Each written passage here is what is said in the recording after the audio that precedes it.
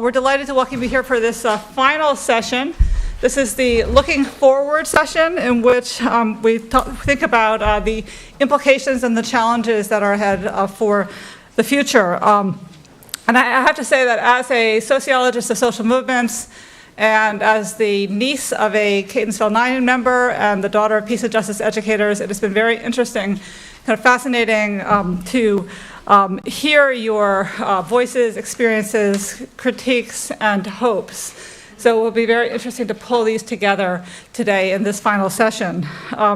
This session today is divided into two parts. First, we will have 20-minute reflections shared by David Meyer and Michael McPhearson, and then we'll have a short break and come back for a roundtable discussion and with Lisa Litz and Jose Vasquez. So we'll start with our two sets of reflections. First, we have David Meyer, a professor of sociology at the University of California at Irvine. David's interests include social movements, political sociology, and public policy, and he's especially concerned with the relationship between social movements and political contexts, the political context in which they emerge. His most recent books include The Politics of Protest, Social Movements in America, and Routing the Opposition, Social Movements, Public Policy, and Democracy in America. And I've personally known David since grad school, and it's fun to welcome him back to Notre Dame. Second, we will have reflections by Michael McPhearson, who is the National Executive Director of Veterans for Peace. He was a field artillery officer in the 24th Mechanized Infantry Division during Desert Shield, Desert Storm, and he's the former co-chair of the St. Louis-based Don't Shoot Coalition. From August 2010 to September 2013, he worked as the national coordinator with United for Peace and Justice and as a member of the National Association of Colored People, the American Civil Liberties Union, and Military Families Speak Out. So we will start with David for 20 minutes.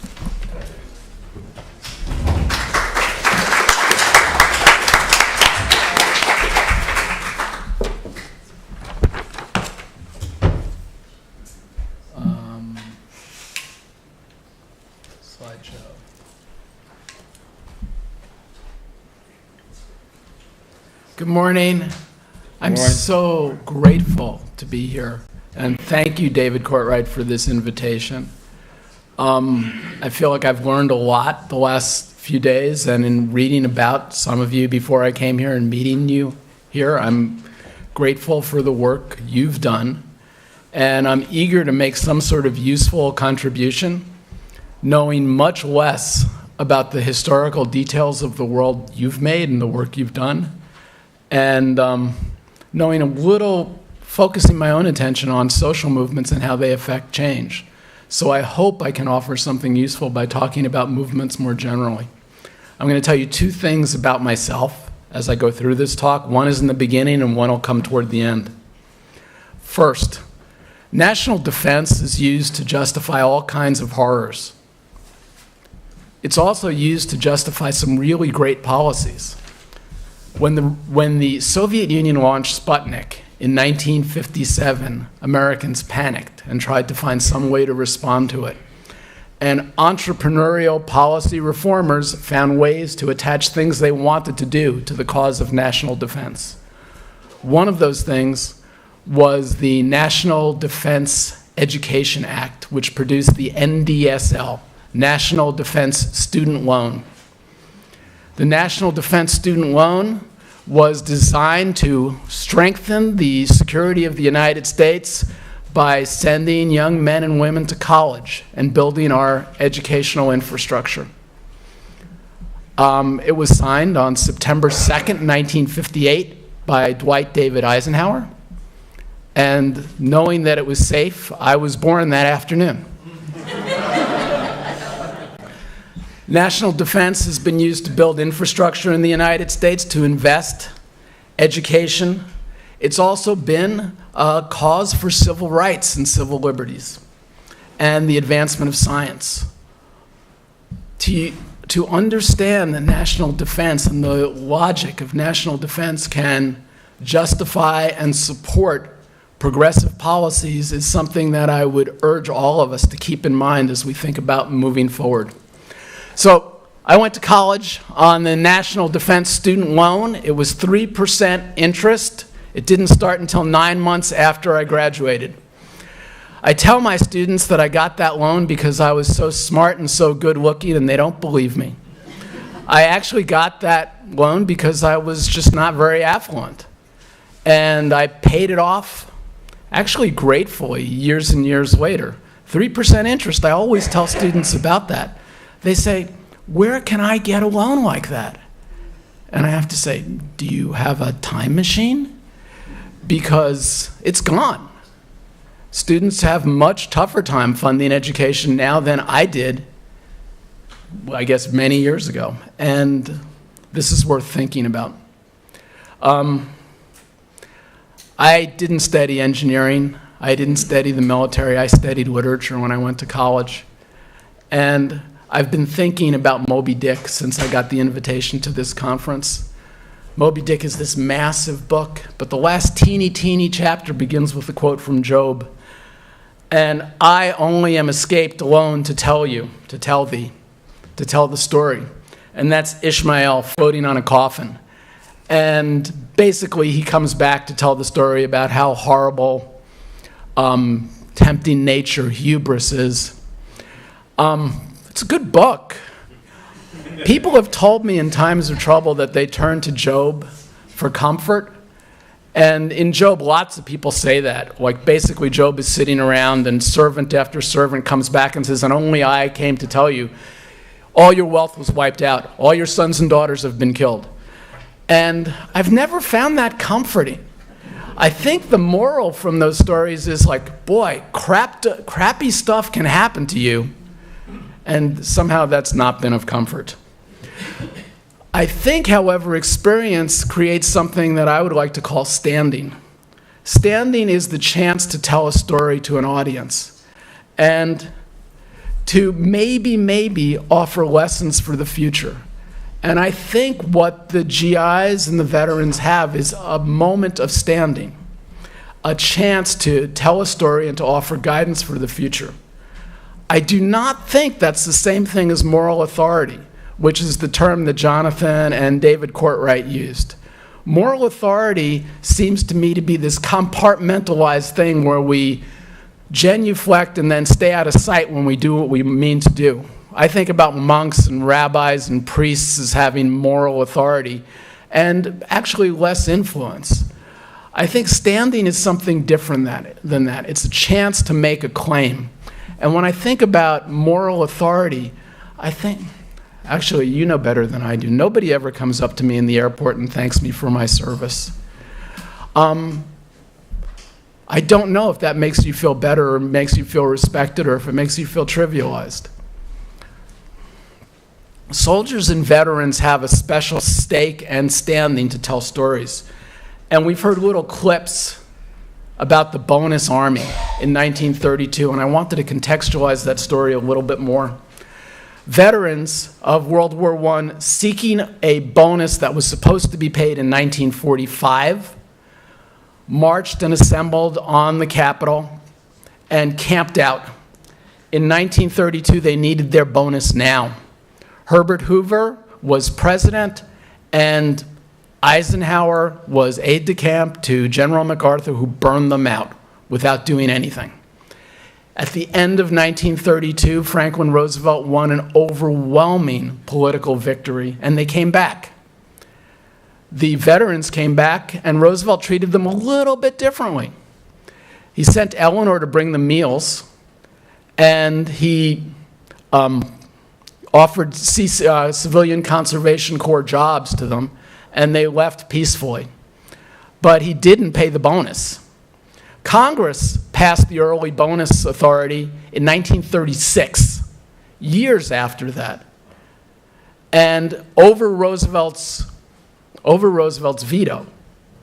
And more significantly, I think, the bonus came 9 years early, but after Roosevelt had passed legislation providing for the Civilian Conservation Corps, the Work Progress Administration, Social Security, National Labor Relations Board, the National Industrial Recovery Act.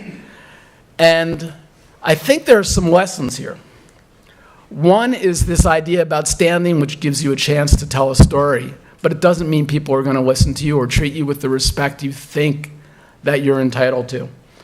Second, and several of the speakers have emphasized this, there's a connection between politics outside protest and politics inside, lobbying and elections.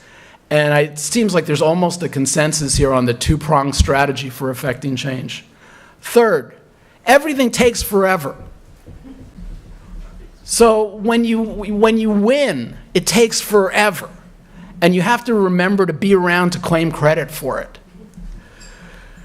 3 or 4, it's not just vets. The significant actors for the bonus army and for the New Deal were not just veterans. Veterans worked in coalition with other organizations and other constituencies, and they generated broader benefits than just that bonus. That bonus is a tiny part of what their efforts wound up generating. Social movements. I keep trying to find the capsule description of how to be effective. This is what I'm playing with now. To be effective, movements have to be opportunistic, to respond to the moment. They have to be authentic and inclusive and bring in more people. And they have to be abiding. You have to last. And I'm going to talk about war and peace a little bit later, but let's talk about opportunistic protest. Do you know who that girl is? Yes. Emma Gonzalez, man. She's got like kind of almost military haircut. And she's a charismatic. And she's great. And she got a chance to talk because she witnessed a horror. Her best friend was killed in her school, along with 16 others. And aided by preparation that wasn't directed to this, and aided by a savvy strategy, these appealing champions, the Parkland kids, got to capture public attention for a little bit. And they're extending their moment rather effectively. They've also used social media extraordinarily effectively. I've heard Emma interviewed, and she said, we're not worried about the mainstream media. We've got our phones. We control the world. They also made some really smart choices. And as somebody who's been studying social movements for so many years, I was disappointed that I hadn't thought of the smart things they did until after they did them. One thing they did that was smart is they stayed away from particular claims and they just targeted the NRA. So they didn't get lost in talking about, well, should a cartridge be limited to 7 rounds or 9 rounds, right? Or assault weapons. What about semi-automatic weapons? They said if the NRA wants it, then that's not good for us. They emphasized youth and innocence. It's actually interesting to watch this kid David Hogg talk, because he'll say, we're children who need to be protected. They emphasize politics and economics. They talked about, they know they come from a very privileged school, and they say this is what a good school can do. A good school can protect you from something like this. A good school can prepare you to respond. Okay? Their school, one of the girls is the anchor for the daily news on TV. Another girl had written a 50-page paper on gun control before the shooting took place because she was preparing for AP American history. This is investment in our future, and this is what we should be thinking about. They were inclusive in very admirable and kind of surprising ways. They sought to share standing with other kids who were less fortunate. That's Jacqueline Corin. The very white girl is Jacqueline Corin. She's the one who wrote the 50-page paper. And at the March for Our Lives, she introduced Martin Luther King's granddaughter, Yolanda Renee King. And Jacqueline said, we understand that we're getting all this attention because we're advantaged. But Gun violence is not limited to people like us. There are other people who have been suffering it much more, and she brought Yolanda out to speak. That's Edna Chavez. Edna Chavez is from not far from me in Los Angeles. She's a 17-year-old whose brother was killed in gun violence, not at school, off campus. And Edna Chavez gave this speech in which she called out Stefan Clark, who had been killed days earlier by a police officer. So the Parkland kids, who were really advantaged, said, we're going to share our standing. We're going to have a broad podium, and we're going to bring attention to gun violence more generally, and to racial and economic inequality more generally. So every speaker on the platform, the oldest was 19. It was a flip from the demonstrations of the 1960s in that the performers were not the youngest people, they were the oldest people there. Lin-Manuel Miranda's in his mid-30s, and he's there like the senior guy endorsing them. I want to stress this expansion of standing, bringing people in, and this expansion of issues, seeing the problem of gun violence broadly rather than narrowly. Standing is the chance to tell a story, but organizers need to construct that story. And organizers need to tell a story that has a moral and a what you can do. And you have to give supporters something to do. And the Parkland kids have been smart in doing that. They called for school walkouts, and they've inspired kids across the country to follow them, kids who have faced far harsher penalties than the Parkland kids did. The Parkland kids' parents say they're proud of them. The Parkland kids' principal endorsed them and said, I'm going to give you all hugs. Man, that would have scared me in high school. But kids across the country have been walking out, and some of them have been facing suspension. A boy in Arkansas was paddled for walking out. Okay? They've also developed a political strategy. 18 is the magic number you get to vote. And one of the things that the political scientist in me is going to be watching for, do these kids turn out to vote? Because usually 18-year-olds don't. Experience, this is just a little side point I was thinking about. Experience can be something that's inadvertent, like none of those kids planned to be present for a shooting. But you can seek it out. You can build your credibility and experience by going to the front lines of the struggle for peace. And you probably know the story about the Golden Rule, an anti-nuclear protester who took a ship and sailed it into, little sailboat, and sailed it into a nuclear test zone to try to interrupt the testing. Okay, the Parkland kids have become iconic. I'm really ambivalent because I hate this art. I mean, it seems really garish to me. And the more I look at it, the more I'm appalled and also attracted. I can't get it out of the way. But they've become iconic, but they're wonderful. They're great. They're smart, they're savvy, they're committed. But there are kids like them all across the country. They're not unique. And one of the things that we want to do is give people the opportunity to be effective and to be heard. Okay, national walkouts, responding to events, grassroots organizing, they're doing all this stuff. They cleverly and expeditiously took money from cultural elites. That's the Clooneys, that's Oprah, right? $500,000 each, right? Another $500,000 from Steven Spielberg. And they used the window that those celebrities gave them, clips them. Now, what comes of it? So far, more than you would expect. The Florida legislature passed tiny, tiny reforms on gun policy, which is more than it had done in decades. Politicians have expressed sympathy. That's those tiny hands are those of Donald Trump holding his note card to say, I hear you. I feel your pain. Congress has done redirection and misdirection talking about safer schools. Okay? Now, when they start talking about your issues, you're beginning to win, even if they're not giving you what you want. And it's a chance to do more. Influence takes sustained effort. This is the American government person in me. I'm going to try to do it really, really quickly. I apologize. The American political system is set up to make it really hard to effect change from below. The founders were not Democrats. The founders set up a system that made change really hard. They feared that people were stupid. They feared that the masses would make really bad decisions. They feared that the masses were smart. They feared that the masses would make decisions that would take away the stuff and the power of really affluent people. So they set up a system with checks and balances, separation of power, where you have to do a lot and hang around for a long time to get anything done. And if you want to change the world, you have to have that kind of long-term perspective to stay around and do it.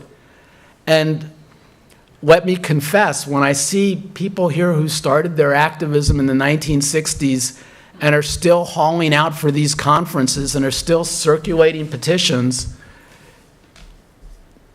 I feel encouraged. Okay. This is a repetition. Movements have to be authentic, inclusive, abiding, and opportunistic. I want to talk about the difficulties and challenges of standing. Stories don't tell themselves.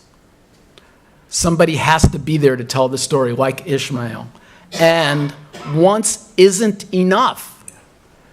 You tell that story, you say, I've said it clearly, why aren't you paying attention? Repeat. Story once isn't enough. Repeat. Experience offers the possibility of wisdom. It sure as hell doesn't guarantee it.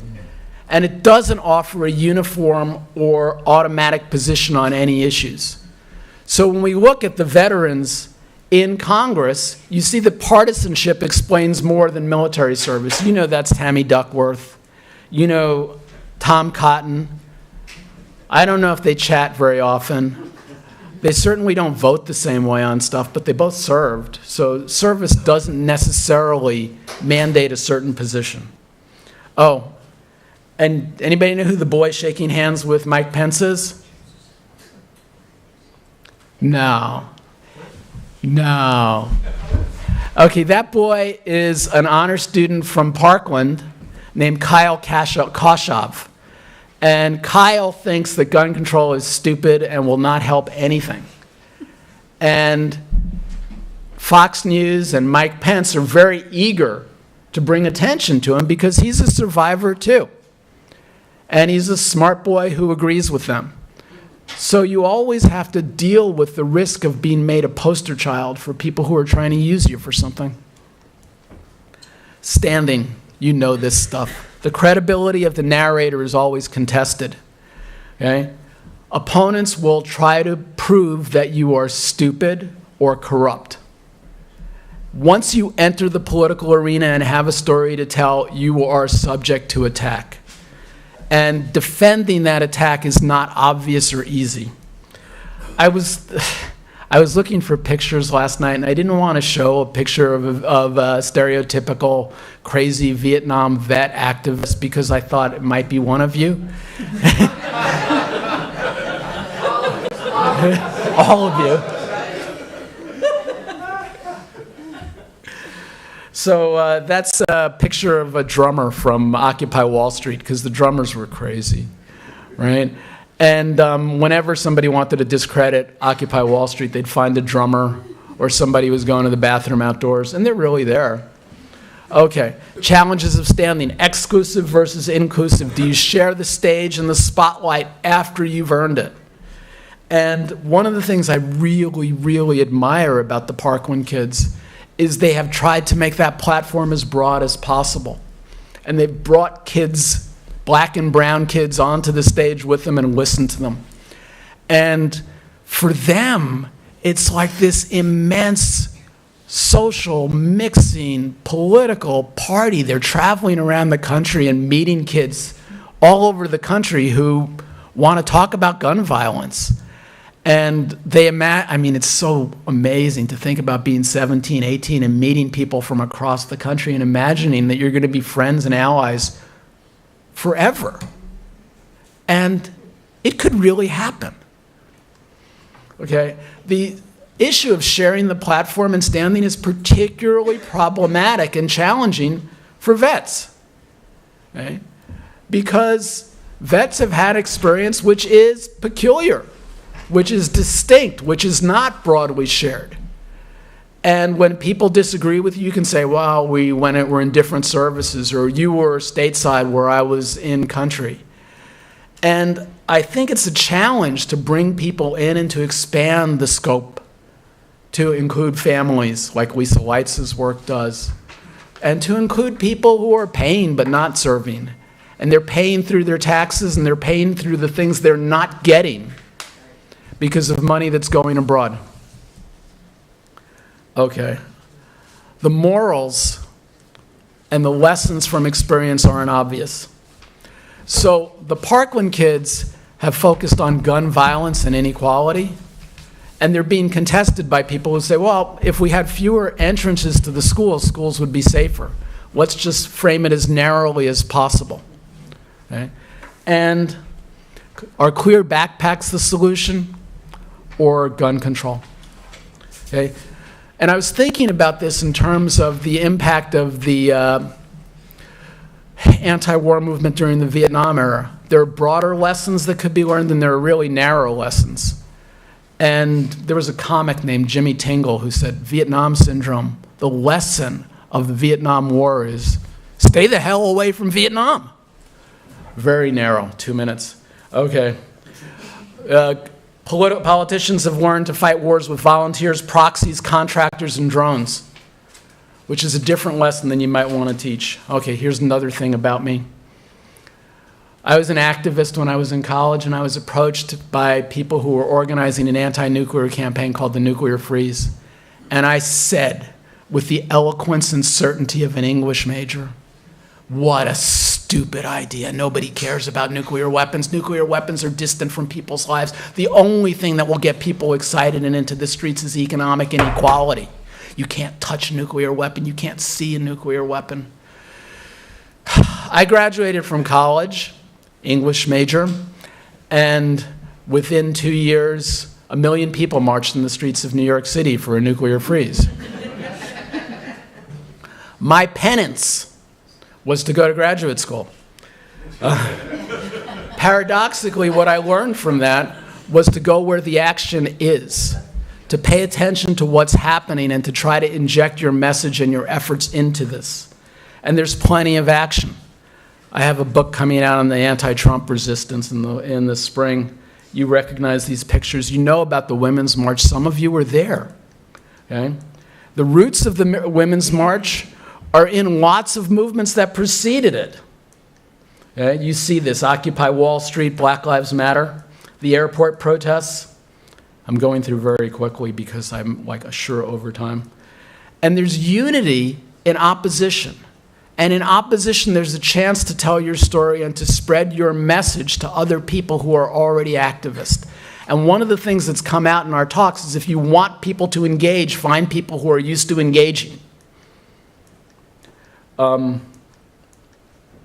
Okay, loose activist coalition.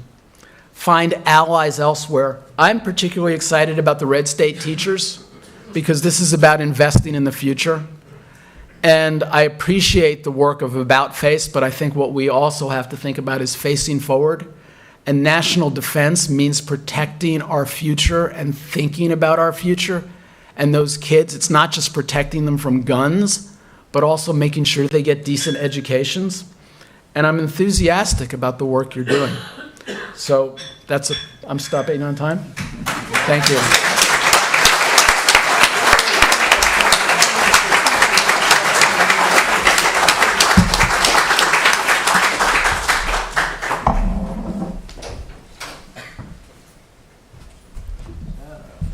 This your? Oh, okay. Well, I'm going to have to do something. I guess I'll just. Did I leave something up there? I'm sorry. No, it's the computer. So give me a moment. That's all right. I just put it on top. Okay.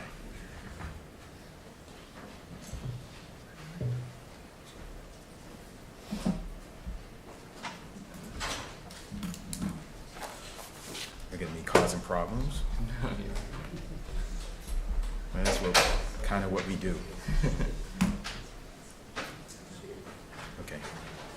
So can I close it? I'm gonna put this on top of here. I'm gonna put it on top. All right. Okay. All right. Well, thank you for listening to me. I hope I provide you some. I'm not going to be as entertaining as you. I know that already. But so there was already an introduction of who I am. I'm Michael McPhearson, Executive Director of Veterans for Peace. I'm not going to go into my service because that was already presented. But I will tell you that I went into the Army Reserve between my junior and senior high school years when I was 17 years old. And I went in as a E1. My mother and I talked, and I'm from Fayetteville, North Carolina, where Fort Bragg is located. I went in as a dental assistant, believe it or not, because I thought that that was going to help me when I got out of high school and I was going to go to college, and maybe that would be something that I would do. I went to college and became an officer, and as was said, I served in what's called the First Gulf War. My task today is to kind of give an overview of some of the, I think it is my task that David gave me, an overview of some of the reoccurring themes, at least that I heard. And I appreciate the opportunity to do that, and David believing that I can. I don't know how well, but we'll see. I have to say that I've learned a lot over the past 2 days and expanded on how much more I need to learn. I met a lot of great people, new people, and saw a bunch of old friends. And of course, I was excited to see members of Veterans for Peace attending the conference, and think that hopefully we'll have 1 or 2 new members. So that's exciting for me. I'm also supposed to give a few thoughts as well. So first, I'm going to go over some reoccurring themes that I saw. So one thing is the economic draft playing a big role in why people join the Army today, as opposed to the draft, but there was an economic draft of sorts in the past as well. One thing I want to say about that, though, is that I believe, to a certain extent, that's why I joined, but I'm from Fayetteville, North Carolina, so a bunch of people joined the military, so it's kind of something that you do. But everyone who is in a similar situation isn't joining the military, so there's something else going on, I think, as to why people who join as opposed to going to do the other things that people who don't join do. And what that is, you know, it might be different from one person to another, but there's something else there. The government/Pentagon changed how it presents wars to the public. It's hiding the financial costs in different ways, but it's also clearly hiding the human costs. Changing how it conducts wars. You talked about that as well. That was a common theme. Using drones, contractors, and mercenaries. One thing that's very important that came up is the importance of the anti-war veteran organizations in supporting each other. Being with veterans who think like us, we're not crazy. That these organizations help save lives, help save our lives. And I know that to be true in Veterans for Peace because in some ways, you know, we have moral injury, many of us, and we have to do something so that we don't become one of the 22 of our brothers and sisters who die by suicide a day. The absurdity of U.S. wars. Why were we there? What was the war really about? And the disillusionment that comes from that. And our common experience as veterans dealing with death, our responsibility in killing, our questioning and accepting the answers, or not accepting the answers, of why we participated in one way or another in killing and abusing people. And then our common experience and our choices of how to respond, tying us together across race, class, and gender, religion, etc. Because of our commonality as being a tool of exploitation, exploiting us and exploiting others. That's something that I think is important that we might want to hold on to, remembering, because we can actually be a model in some ways for movements trying to come together. Because the reality is, I don't have very much in common with most of you, other than the fact that I had this common experience as a veteran and that I was a tool of exploitation, and that I participated in killing in one way or another. If it wasn't for that, I wouldn't be in this room. I wouldn't be hanging out with most of you. So that's the case across movements. And there is a common exploitation. That's why these movements are what they are, because people are being exploited. So that might be something that we can help people understand. So these things I want to, the next few things I want to talk a little bit more in depth about. One thing that came up is the perennial question since 2009 through 2010 is how do we build the anti-war movement? And I say anti-war movement as opposed to the peace movement, and I'll expand on that shortly. One thing, I'm not sure we can rebuild the anti-war movement without a pending war, and that's been talked about some, that people see as illegitimate, because there can be a war that people see as legitimate. For example, after 9/11, the attack on Afghanistan, people generally didn't see that a problem with that. And I certainly wasn't surprised that that was going to happen, because that's what we do. I just thought there was something else we could do, but we didn't need to do that. But I do think we can build a peace movement in the long term. One thing that, and I'm sorry, I'm going to probably say your name incorrectly, Madam Tanufini, she talked about knowing history, knowing our, and I'm going to say our recent history, and owning it.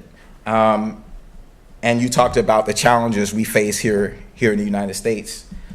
We as a peace movement similarly have that challenge of knowing our history, owning it, and understanding it, which was key, is understanding it, not just knowing it.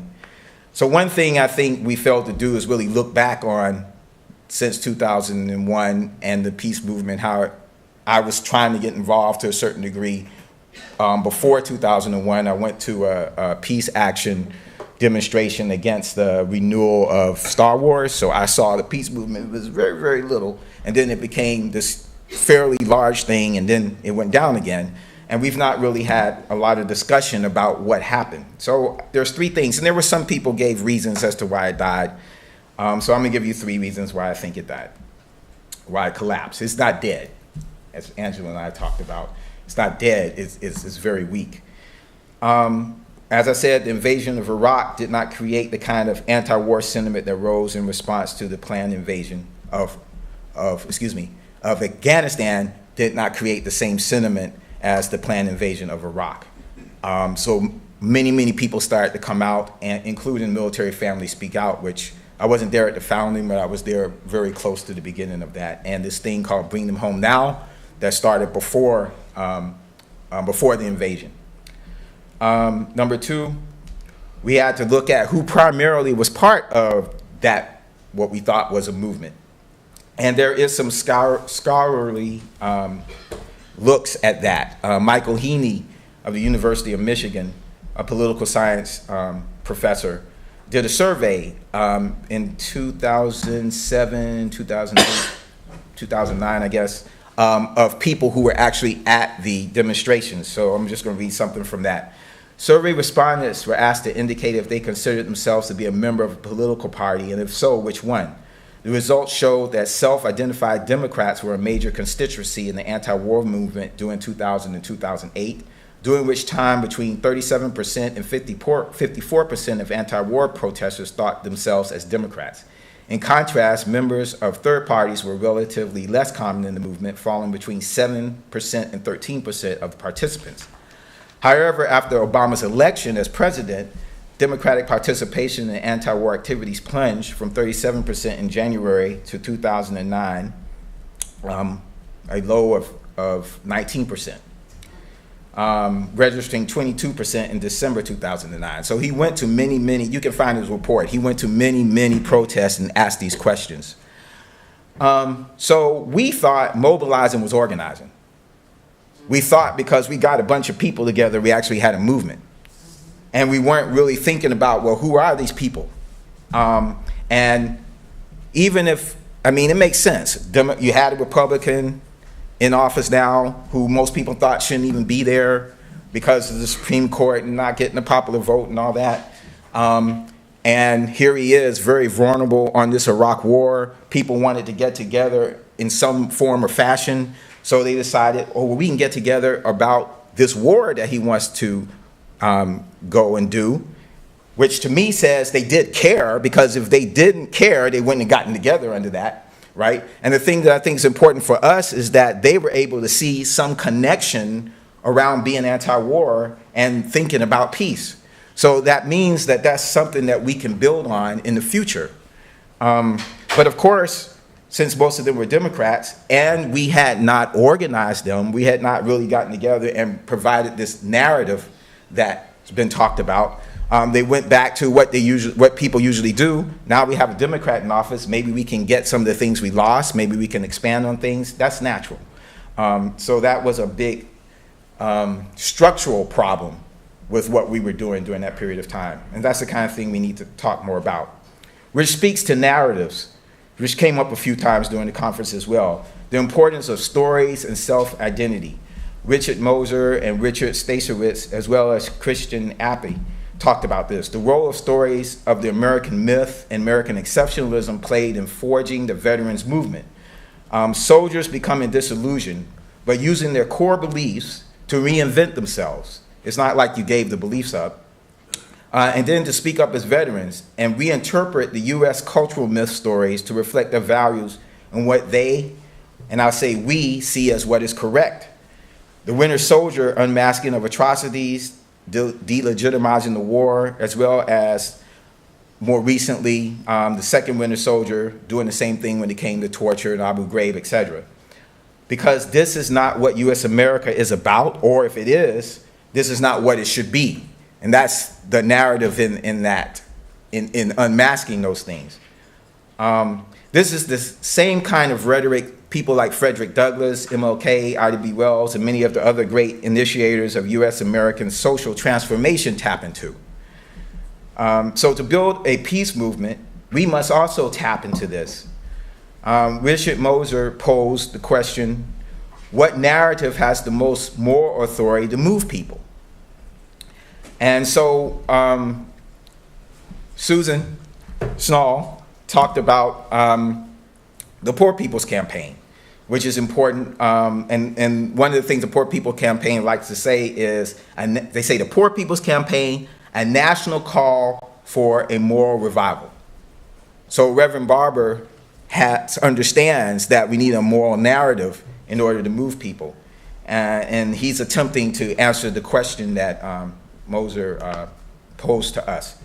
So we have to decide as veterans, what role do we play in shaping that moral narrative?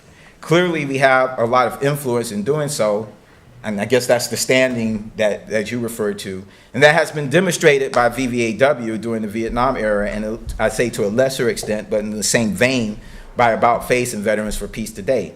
And remember, it was pointed out that VVAW used the U.S. mythology in its actions, connecting its actions to that U.S. mythology, because that is what resonates with people. And so I would say sometimes I think we get too ideological and want to poo-poo these U.S. narratives when I don't know what we think we're going to use to build something if we don't use what's there. And the narratives can be used in different ways.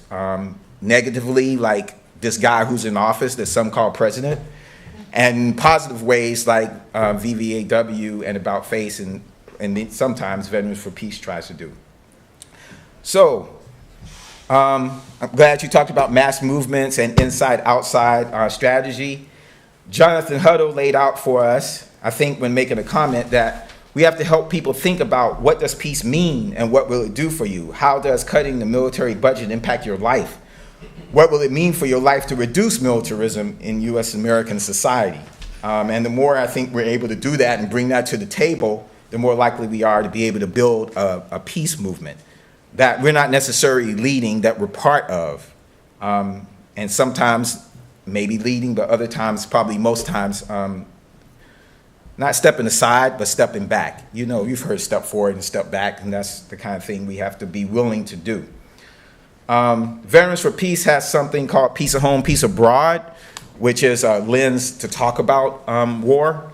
And the reason we say peace at home, peace abroad, you've heard war at home, war abroad. You go abroad and you fight, then you come back here and you have to struggle as well. The idea is that if people can't see how to make peace here at home, if they don't see ways to deal with violence here at home, how are they going to look at something happening 2,000 miles away and believe there can be peace there? That makes no sense. So we have to show people that we care about what's happening here. We have to bring some tools to make peace here at home. Once again, not leading, because most of us don't know enough about what's happening in the communities, but we can be in support and in solidarity. And then we can help people have the expectation that the U.S. government should be working for peace abroad. And maybe people will want to do citizen diplomacy, in fact, and see the solidarity they have with people around the world, which really we have more solidarity with many people around the world than we do with some of these people here, like that guy that's in the White House. Key to peace at home and building this full, what I call a full spectrum coalition to create peace, we must be about peace ourselves. By that I mean we must be examining our organizational and personal anti-peace ways, because there are some organizational anti-peace ways that we need to shed. In our interactions with each other and our understanding of how we individually contribute to systemic oppression. Patriarchy and racism, I think, are really big ones that we really need to be thinking about. And I know Angela, in the talk about race and gender, talked about some of her experiences and what she saw. And I think many women in the peace movement, and I know in Veterans for Peace, can talk about issues of patriarchy that they face. And many of us guys don't want to really look at ourselves and how we participate in that. And if we can't do that, then we can't be authentic when we're trying to build this full spectrum movement. It is extremely important. And it shows that you understand intersectionality, because when you are challenging yourself when it comes to these issues, that means, at least for me, it means you understand that your liberation is tied up in my liberation. Because you're actually personally working on these issues and being uncomfortable. You have to be uncomfortable. You have to be vulnerable in order to work on these issues. And intersectionality is a term many might be hearing for the first time this weekend or more recently. The term was first coined by legal scholar and African-American woman feminist named Kimberly Crenshaw in 1989, but it's not a new concept. And I wanted to make sure people knew that because I want to give her props, right? But Frederick Douglass understood intersectionality. Lucretia Mott and Elizabeth Cady Stanton understood that. You all might know the story that both of them, the two women, abolitionists, at an abolitionist convention, came to the conclusion, I cannot completely participate in this because the men won't let me. So they ended up having to start a liberation movement for themselves when it comes to women. And so they had the first convention at Seneca Falls, and guess who they asked to come to it? Frederick Douglass. No men could come to the first day. Few men could come to the second day. And I think 20 or something years later, he was able to come back to one that he said he really didn't want to come to because only women should be there, and I'm only speaking because I was told to speak by women, and if you're here as a man, you should just be quiet and listen. That was how long ago? How progressive is that compared to most of us men today? That's effing amazing to me. Obviously, Martin Luther King understood intersectionality because he talked about the triple evils, and Fred Hampton understood intersectionality because he was trying to organize red, black, white, brown people, poor people in Chicago. And I believe that understanding and actually putting into practice intersectionality is what got MLK and Fred Hampton killed, because when you start repairing the cracks in the mosaic, the mosaic of our country, or the fabric, the tears in our fabric, when you start repairing that and bringing people together, that scares the hell out of the power structure, because they need that in order to govern us. So I think we should be thinking about that. And I'm almost done.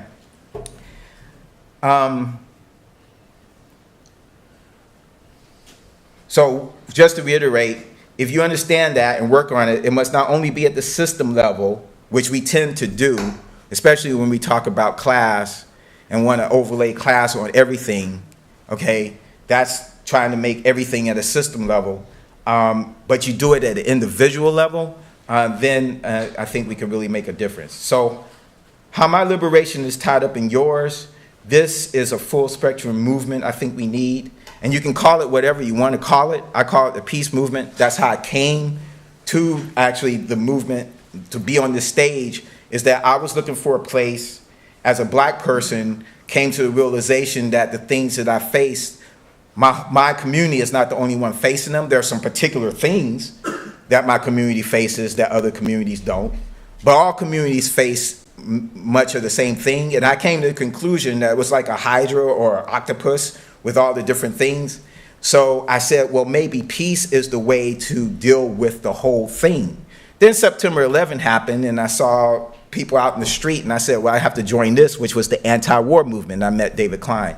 And I guess I want to say, too, Nathan, you talked about a veterans movement is going to be key, and I agree with that. However, we have to understand, and David pointed this out in Fayetteville, North Carolina, I don't know when it was, 2004, that a veterans movement is not inherently a progressive movement. It can be a reactionary movement, a very dangerous movement. And as we create, hopefully, a stronger movement in the veteran community, we need to be prepared to deal with that reactionary movement because it could actually rise. So one way, I think, is that we have to learn, and don't forget, this commonality that we have as vets, we have it with the veterans on the right as well. And I know all of you know we can talk to veterans as veterans and maybe make some inroads with them, and we need to be prepared to do that. And I don't like doing that. Okay? I don't. I really don't. But I don't. And honestly, many times, because I can do it with black veterans, and even though they disagree with me, they kind of understand, and only the ones that are really, really, really way out there don't. But a lot of white veterans is a whole different story, right? So that's why I don't like doing it, but I have to. And so if I'm willing to do that, you got to be willing to do that. Okay, thanks.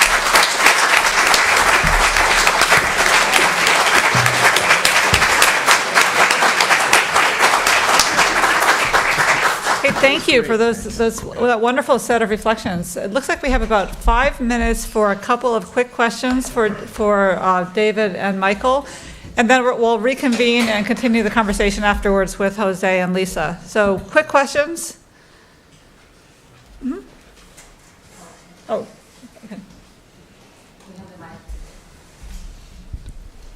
okay. David, those are both great. David, I had a question for you and kind of a reflection. So I thought it was really interesting when you were talking about like how when you start a movement or you're a figure in that initially, that you're going to be pilloried and attacked initially. Because I mean, this is more of a reflection. I went through that myself because as the press came out on our lawsuit, I mean, seeing the troll comments underneath, it was absurd. Like, I mean, people were saying that he should be put up against the wall and shot for, not continuing the mission. And I was like, this is ironic because I'm still sitting in Kuwait, like at my desk reading this, like continuing the mission with my soldiers.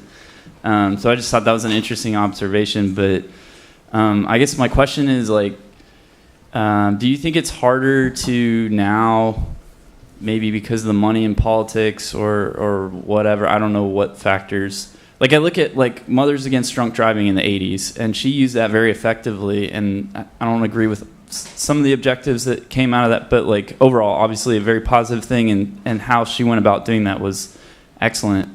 But it seems like the amount of inertia that's needed now to get through all the money in politics and what's being thrown at you for stuff to resonate is harder. And I'm wondering if you agree with that observation or not.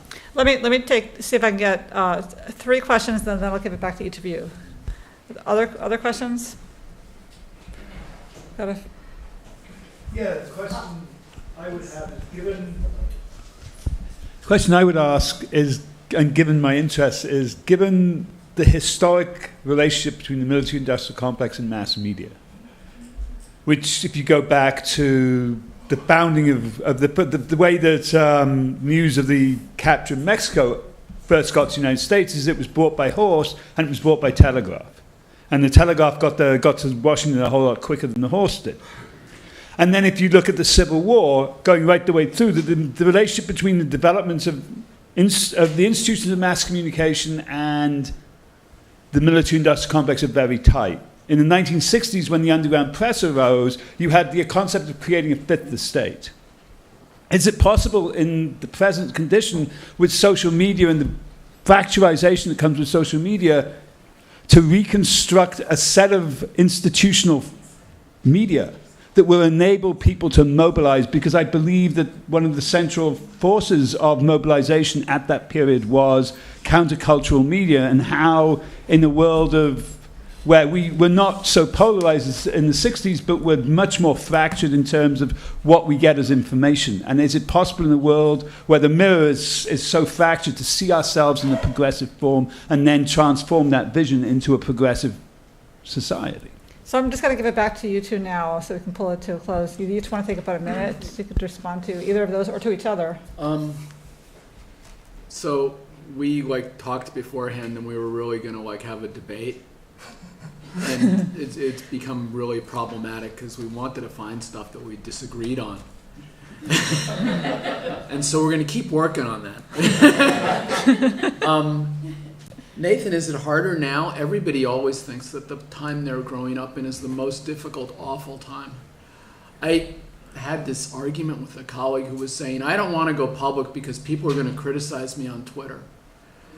And then you hear about David Ha, if you go on Twitter and see what happens to these kids,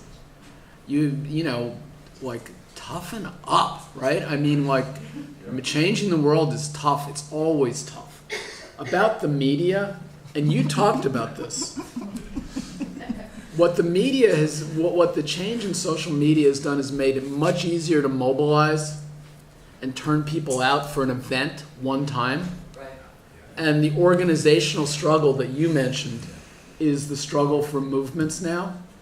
And as a very experienced, trained, accomplished academic, I can give you 35 reasons why you can't do that. And I know, because it's happened time and time and time again, that as soon as I say that, somebody will show exactly how to do that. And so you have to look at this world opportunistically and say, how am I going to change it? And take this attitude of, this is the only moment we got. Right? We didn't get to pick when we were born or what circumstances we're confronting. And there are plenty of opportunities. And when I look back in history and the risks people took previously, I'm just shocked at how cushy I have it anyway. Okay, so one thing I have to say, I was told by a Veterans for Peace member, important one. If you get one of these cards, please fill it out and give it to Paul Cox. You can raise your hand, Paul. This is the Agent Orange Relief and Responsibility Campaign to try to get legislation passed around Agent Orange. As far as media, we've seen social media mobilize people and educate people, and as Camilo talked about too, though, is being used in a negative way. So clearly, if it can be used and something is being built, it's just, I think, a matter of still getting out, talking to people and organizing people and pointing people towards it. To what extent, I don't know, but I do want to say that I agree with you wholeheartedly about people always think is harder. Don't forget, Caesar put his face on coins, and that was a kind of media too. The pharaohs put their faces on things. I mean, this is not a new thing, but what might be new is people have access to more information. Back then, they only had what that was and mouth-to-mouth information. So maybe in some ways it's actually easier. I don't know. I'm sorry, but all right. I agree with you on most things, but there is something that I don't, and I'm not sure where you're coming from when you said, remember, national defense can support progressive causes, which is true, but we got to think about why it's supporting the progressive cause, because I don't think it's supporting the progressive cause for progressive reasons. Some of it is maybe innocuous in that it helps with national cohesion, right? But some of it is because they need bodies to go kill people. And that's really important to understand because that's what that's about. I mean, even the Confederates tried to use slaves because they needed some bodies to, yeah. So when we think about it and remember it, I think that's important, but we got to think about why.